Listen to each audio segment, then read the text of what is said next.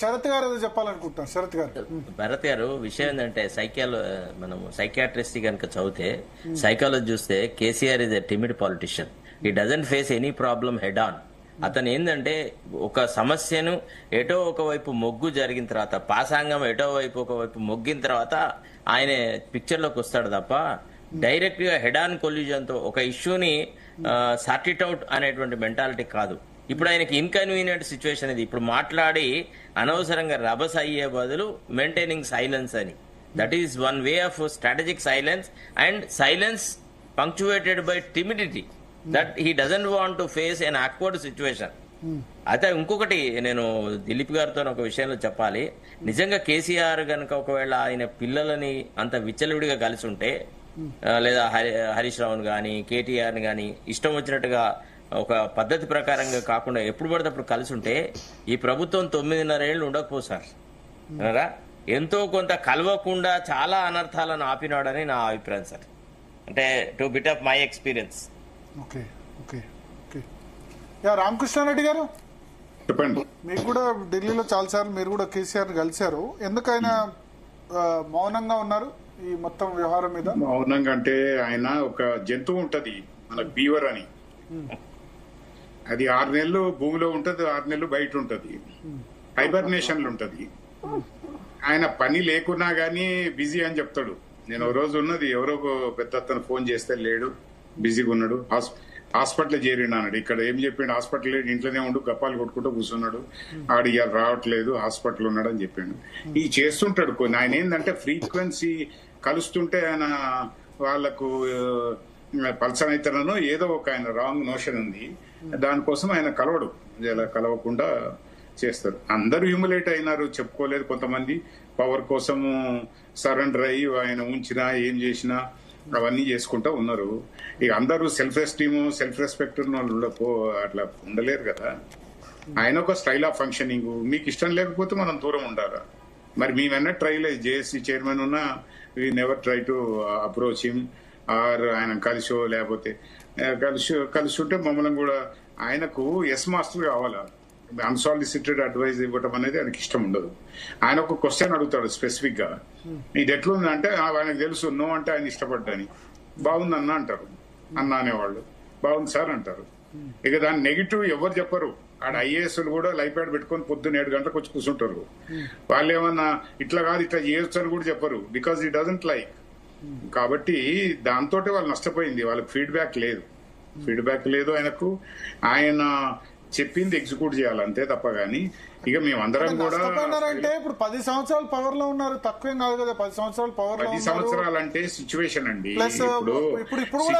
ఇప్పుడు కూడా చాలా బ్యాడ్ గా లూజ్ కాలేదు మీరు ఇక్కడ. ఏపీలో చంద్రబాబు జగన్ లాగా వాళ్ళిద్దరు చాలా బ్యాడ్ గా లూజ్ అయినారు ఒకసారి. చంద్రబాబు 39 సీట్లు వచ్చి తక్కువేం కాదు కదా. వినండి, 2014లో ఉద్యమంలో కాబట్టి ఈయనైతేనే మంచిగా ఉంటది, పీపుల్ బిలీవ్డ్ ఇన్. ఆ ఫస్ట్ సారి మంచిగానే ఉంది. 5 ఏళ్లలో కొద్ది గొప్ప ప్రతి గవర్నెన్స్ లో కొన్ని ఇవి ఉంటాయి అనుకోండి. ఆ సెకండ్ వచ్చిన తర్వాత ఆయన రూపం మారింది. వీళ్ళను ముఖ్యంగా పొందబెట్టింది ఈ మొత్తం పార్టీని కొడుకు బిడ్డనే. వాళ్ళ అరేంజ్మెంట్స్ చూస్తే వాళ్ళకు సోషల్ బేస్ లేదు, వాళ్ళు మాట్లాడే తరహా వాళ్లకు లెవెల్ హెడెడ్, వానికి ఎవరికి విలువ ఇవ్వాలనేది లేదు, ఆయనకి ఇష్టం వచ్చింది మాట్లాడతారు. దాంతో కేసీఆర్ కంటే కూడా వీళ్ళు ఇద్దరు బిహేవియర్, బాసిజము, వన్ అప్మెన్షిప్, దాంతో పార్టీ డ్యామేజ్ అయింది. అందరికి తెలుసు అది. ఇప్పుడు ఎవరు కలిసిరండి కేసీఆర్ ను? అందరు కేటీఆర్ దగ్గర పోయేది, లేకపోతే ఈమో పవర్ సెంటర్, హరీషో పవర్ సెంటర్, ఆమో సెంటర్. వీళ్ళకంటే చాలా సీనియర్ లోడు కూడా ఆనందం అయినట్టు వాళ్ళు చెప్పుకోలేదు బయట. ఏదో పదవి కకృతి పడి అందులో ఉన్నారు. ఇప్పటికి కూడా కొంతమంది ఉన్నారు. ఏదో మళ్ళా నెక్స్ట్ దింపుడు గల్ల ఆశలు నెక్స్ట్ వస్తుందేమని, రావచ్చు, చెప్పలేము. ఇప్పుడు వీళ్ళ గవర్నెన్స్ రాదా చెప్పలేమండి. వీళ్ళకు అవకాశం ఇచ్చారు కాంగ్రెస్ కు, వీళ్ళు కూడా అట్నే బిహేవ్ చేస్తున్నారు. వీళ్ళు ఆ విధంగా చేస్తే మరి వీళ్ళని ఎట్లా ఎన్నుకుంటారండి? ఇప్పుడు వచ్చిన వాళ్ళు కూడా ఎంతమంది యాక్సెసిబుల్ గా ఉన్నారు? ఇప్పుడు దిలీప్ గారే చాలా సార్లు అపాయింట్మెంట్ అడిగిండు రేవంత్ ను. అది ఏముంటది అందులో? మేము రాజశేఖర రెడ్డి గారిని చూసినాం, పొద్దున్నే 4 గంటలకు అపాయింట్మెంట్, 8 గంటలకు వచ్చిండంటే 10 గంటల దాకా ప్రతి ఒక్క మనిషిని అయితే అయింది, లేకపోతే లేదు. ఆయన ఎప్పుడు హార్డ్లీ ఎనీ కంపారిజన్. ఎందుకు చెప్తున్నా అంటే అది మాత్రం ఎన్నడూ ఆయన మిస్ కాలే రాజశేఖర రెడ్డి గారు. నువ్వు పబ్లిక్ ఏముంటది చెప్పుకోవాలని ఉంటది అంతే, ఆ పని అవుతుందా కాదనేది కాదు. ఈయన ఎక్కడ ఉండండి 10 ఏళ్లలో ఎక్కడ ఎవరికి యాక్సెస్ ఉంది, ఎవరిని కలిసిండు, కలిస్తేనే కదా ఫీడ్బ్యాక్. ఇప్పుడు ఆయన తోటి మొదటి నుంచి కేసీఆర్ ఏంటంటే ప్రతి చిన్న పనికి ముఖ్యమంత్రి దాకా రావాలా, వస్తే సిస్టమ్ ఫెయిల్ అయినట్టు. నేను అడిగాను ఇది కేటీఆర్ ని అడిగితే ఇంటర్వ్యూలో, చిన్న పనికి కూడా ముఖ్యమంత్రి కలిస్తే సిస్టమ్ ఫెయిల్ అయినట్టు కదా. ముందు గ్రామ పంచాయతీ సర్పంచ్, మండలాధ్యక్షులు, జిల్లా పరిషత్ చైర్మన్లు, ఎమ్మెల్యేలు, ఎంపీలు వీళ్ళందరూ కాదని ప్రతి చిన్నదానికి ముఖ్యమంత్రి దాకా ఎందుకు రావాలి, సెక్రటేరియట్ కి ఎందుకు రావాలి, ఇవన్నీ సిస్టమ్ ఫెయిల్ అయినట్టే కదా అని అంటారు వాళ్ళు. ఇది లేమ్ ఎక్స్క్యూజ్ భరత్ గారు. ఇదేంటంటే ఆయనకు ఇండిపెండెంట్ థింకింగ్ ఉండి స్వతంత్ర నిర్ణయాలు తీసుకునేటోళ్ళు ఆయనకు నచ్చరు. ఆయన ఎస్ మాస్టర్ కావాలంతే. వీడు తెలికల్లోడు అంటే ఇమ్మీడియట్లీ పసిగడతాడు ఆయన అనాటమీని. వీడు అవసరమైతే అపోజ్ చేస్తాడు, వీడు ఇండిపెండెంట్ మైండెడ్ అనుకుంటే వాడిని మొదటి నుంచే డిస్కార్డ్ చేస్తాడు, నీకు ఎక్కువ దూరం ఉంచడాడు. ఆయన మెయిన్ ఎట్లా డిస్కార్డ్ చేస్తాడంటే ఫస్ట్ కలవడు, నువ్వు 4 సార్లు ట్రై చేస్తావు, రాకపోతే ఈ వెదవతోడు కలిసేది ఏందని వెళ్ళిపోతాడు అంతే. ఇక వాడు ఎక్స్చేంజ్ చేసుకొని ఇట్లా అని అట్లా అని ఎవరికి టైం ఉంటదండి. ఇక అట్లా చాలా మంది ఈ 10 ఏళ్లలో అఫెండ్ అయిన వాళ్ళు చాలా మంది ఉన్నారు. కొంతమంది పార్టీలు ఉన్నా గానీ బయట ఈ విధవపోతే బాగుండని అనేవాళ్ళు చాలా మంది ఉన్నారు ఇన్ఫార్మల్ డిస్కషన్ లో.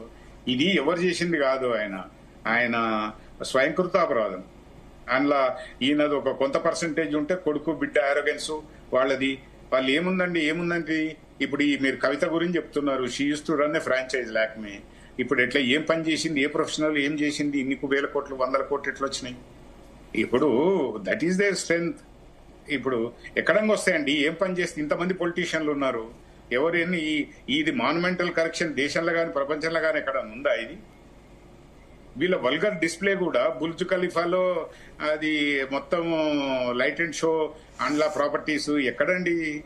ఇది అవసరమా? ఇది మనం పోయేటప్పుడు ఏమన్నా తీసుకుపోతామా? దానికి ఒక కకృతికి కూడా ఒక హద్దు లేదు.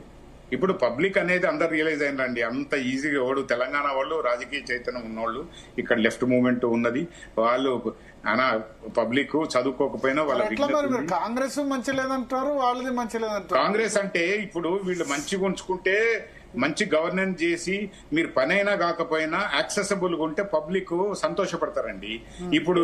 ఇప్పుడు నా ఎక్స్పీరియన్స్ ఏంటంటే ఇప్పుడు ఎలక్ట్ అయిన వాడు ఫస్ట్ టైం ఎంపీ అయినోడు, ఎలక్ట్ ఎమ్మెల్యే అయినోడు కూడా ఫోన్ చేస్తే ఎత్తాడు. వాడు ఎన్నడు లేడు, వాడు దేనికి రూపాయి తల మీద పెడితే ₹10 అమ్ముడు పోనాడు.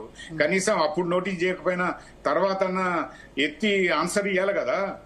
ఇప్పుడు అనుకుంటారు ఈ 5 ఏళ్ళు తర్వాత చూసుకుందామంటారు. ఇది వాళ్ళ పర్సనల్ గా డ్యామేజ్ చేస్తుంది, పార్టీకి గవర్నెన్స్ కూడా చెడ్డ పేరు వస్తుంది. నువ్వు పని చేయకపో, కలిసి ఇది అవుతుందమ్మా కాదని చెప్పాలా. ఇప్పుడు మీరు they have become inaccessible, they are leading cocoon life. ఇప్పుడు ఏదో వస్తే వాడు అడుగుతాడు, మనం చేయాల్సి వస్తుందని దూరం పెడితే ఎట్లుంటుంది చెప్పండి. మన సుఖేందర్ రెడ్డి గారు కూడా ఒక ఇంటర్వ్యూలో చెప్పిండు, ఫస్ట్ వాళ్ళు పొలిటీషియన్ అనేటోడు నేర్చుకోవాల్సింది ఎవడు ఫోన్ చేసినా ఎత్తాలని. అది చేస్తలేరు. ఇప్పుడు వాళ్ళు నేర్చుకుంటారు కూడా లేరు. లాస్ట్ 10 years లో మీరు చెప్పినా ఎవరు ఫోన్ చేసినా ఎత్తడం అన్నది స్టార్ట్ చేసింది హరీష్ రావే. అక్కడండి కాదండి, అన్ని పార్టీలలో ఇలాంటి వాళ్ళు అన్ని పార్టీలలో ఉన్నారు. పవర్ వచ్చినాక మర్చిపోతారు. ఆ తర్వాత నేను అబ్జర్వ్ చేసింది హరీష్ రావు ఎవరు ఫోన్ చేసినా ఎత్తుతాడు. అంతకుముందు ఒకటి ఉండే సిద్దిపేట కాయన్ బాక్స్ నుంచి ఫోన్ చేసినా హరీష్ రావు ఎత్తుతాడు అని చెప్పి. నేను మూమెంట్ టైంలో నేను ఒకసారి మాకు ఒక అతను, ఆయన గురువు అనే ఒక అతను వచ్చిండు సిద్దిపేట నుంచి. ఇంకా ఆయన సీఎం కాలేదు, ఏది కాలేదు. ఆయన ధర్నా కంటే వచ్చి దీవించిపోదామని వచ్చిండు. ఆయన ఎమ్మట ఒక ఆయన ఇంజనీర్ వచ్చిండు, ఆయన ఫ్రెండ్ వచ్చిండు. ఒక రోజు పోయారు కలవటానికి, ఏం చేస్తలేడు, కాళ్ళు ఒప్పుకుంటూ కూర్చున్నాడు. వీళ్ళు వస్తే రేపు రమ్మన్నాడు, రేపు వచ్చిన తర్వాత ఎల్లుండి రమ్మన్నాడు. వచ్చినాక ఏంటంటే ఇక్కడికి ఏం పైన అక్కడ కలవమని అన్నాడు. వాళ్ళు పెద్ద మనిషి, 80 ఏళ్ళు, ఈయన గురువు, ఆయన ఒక పెద్ద మనిషి. ఆయన బట్టి ఇంకో 85 ఏళ్ల పైన వచ్చిండు. ఆడ 2 నిమిషాలు ఆయన ఏమన్నా అక్కడ లోపల ఏమైనా పొడిచేది ఉందంటే అదేం లేదు. ఈయన పర్పస్లీ ఏం చేస్తాడంటే హీ బీలిటిల్స్ ద పీపుల్. ఆయనకు he derives pleasure by humiliating others. ఇంకోటి బ్యాక్ బైటింగ్. కలిసినప్పుడు బాగానే మాట్లాడతాడు, ఆ గేట్ కూడా దాటక ముందు వీడు అది ఇది అని కామెంట్ చేస్తారు. అంతా ఇక కొంతమంది ఇక అధికార దాంతోటో అదో ఇదో అన్ని కూడా ఇక మేము అప్పుడు ఏంటంటే మాకు తెలుసు ఇవన్నీ అని. నేను కోదండంతో కూడా జేఏసీ మీటింగ్ లో కూడా అన్నా, ఈ టేకింగ్ యూనిలాటరల్ డిసిషన్, ఇది మంచిది కాదు, కలెక్టివ్ డిసిషన్ మేకింగ్ లేదు, ఇట్లా ఆయనంతటా ఆయన తీసుకొని మీరు వేరే పార్టీలను కన్విన్స్ చేయమనేది అది మొదటి నుంచి ఉంది.